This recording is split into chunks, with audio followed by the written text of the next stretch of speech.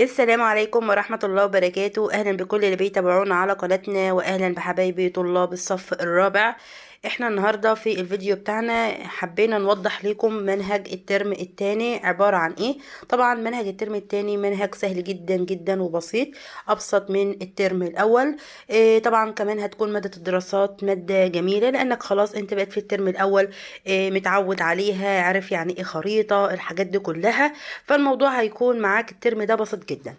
طب منهجنا طبعا عبارة عن 3 وحدات. أول وحدة زي ما انتوا شايفينها كده، اللي هي بتتكلم عن السكان ونظام الحكم في بلدنا.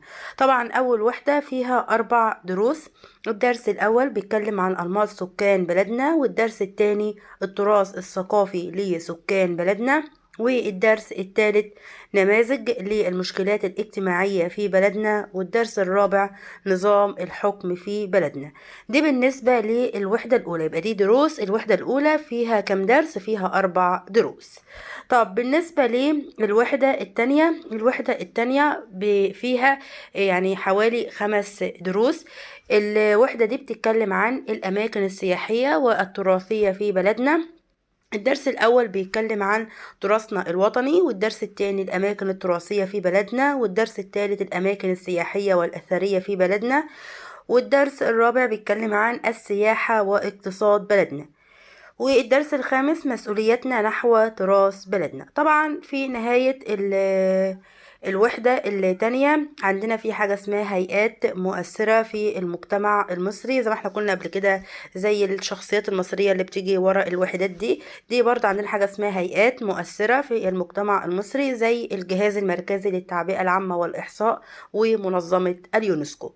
دي بالنسبة للوحدة التانية. يبقى احنا عرفنا الوحدة الأولى فيها 4 دروس، والوحدة التانية فيها 5 دروس. بالنسبة للوحدة التالتة، الوحدة التالتة دي آخر وحدة في المنهج، طبعا فيها 4 دروس زي ما انتوا شايفينها كده. الوحدة التالتة كلها بتتكلم عن اللي هي وسائل النقل. زي ما انتوا هتشوفوها دلوقتي هتظهر قدامكم، اللي هي وسائل النقل والاتصال في بلدنا. دي آخر وحدة عندنا في المنهج بتاعنا، فيها 4 دروس. الدرس الأول بيتكلم عن تطور وسائل النقل وتأثيرها في المجتمع، والدرس الثاني أنواع وسائل النقل في حياتي، والدرس الثالث قواعد وأخلاقيات استخدام وسائل النقل، والدرس الرابع تطور وسائل الاتصال وتأثيرها على المجتمع. وفي آخر الوحدة عندنا في شخصيات مصرية مؤثرة زي الملك خوفو والملكة حتشبسوت.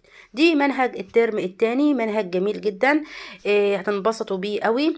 ان شاء الله تابعونا على القناة، هنبدأ ان شاء الله شرح منهج الدراسات الترم الثاني كلها اسبوع او 10 ايام كده، وهنبدأ الشرح على طول.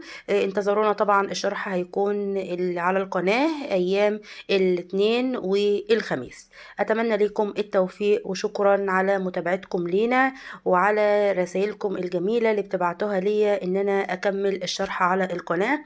والسلام عليكم ورحمة الله وبركاته.